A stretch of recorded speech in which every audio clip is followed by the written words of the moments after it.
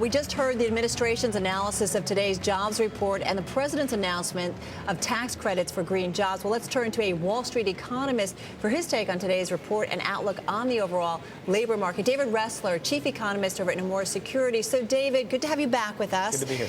We just heard from Christina Romer. We had the president earlier talking about clean energy jobs. Give us your kind of takeaway on all of this. Well, certainly on the jobs report, I think the numbers were disappointing on the headlines, but there were some encouraging elements within it. We had fewer losses in jobs in manufacturing than we've had in some time, and we started to see increases in some industries. We've, I think, now had 4 straight months of increases in temporary hires. That's usually a prelude to real hiring by a broader swath of the economy. Healthcare, education continue to grow. How soon does that hiring start? Because I think last month, again, we talked about the increase in temp workers and saying that's a good sign. Well, when does it actually translate into more jobs? We've had 4 months of it now, right. and with the revision, is it 5? It's the 5th month now. Okay, I'll take your word for it. The revisions to last month mean that we had, it was for the first time in 2 years, we had no net loss of private sector jobs. Now, I think we're going to get to net private sector job growth in probably January or February. I thought we were going to get it this time. A lot of people did. But I think the numbers are starting to turn more positive. We're seeing fewer layoffs, and small businesses are starting to form. And what happens at this stage of the cycle, too, small businesses, which normally are closing shop and closing their door, few of them close the door. So that's a positive swing in employment, and that's going to happen soon. Let me ask you about something you pointed out in your report today, and a lot of people have been talking about this. The number of workers reporting that they dropped out of the labor force due to discouragement about job prospects reached a high of 861,000. Right.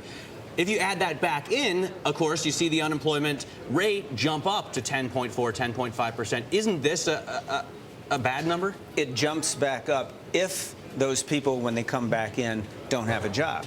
But my suspicion is if they're dropping out now because the job prospects are poor, they're not going to come back to the job market until they have a job. So they're going to come back in as employed rather than unemployed. Is that seasonal? I guess I'm thinking at this point in the economic cycle, people should be getting more upbeat about the prospects because some companies are indeed hiring, and so we should see the unemployment rate tick higher now.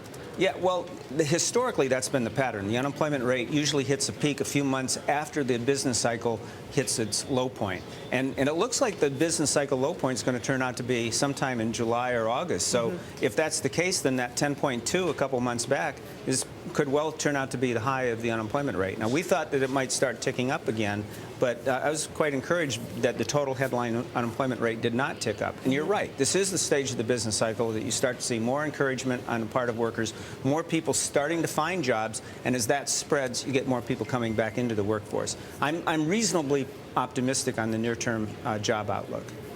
Hang on a second, David. I just want to come in here with the headline that we're getting here across from the New York Fed. We've been talking a lot here at Bloomberg about a story that Bloomberg News broke. The New York Fed ordered AIG to pay out its creditors, or holders of its credit default swaps, I should say, at 100 cents on the dollar, and then ordered them, AIG, not to disclose those payments. The New York Fed is now coming out and saying that now Secretary of the Treasury, Tim Geithner, was not involved in those AIG disclosures. I do want to point out, of course, that he was running the New York Fed at the time.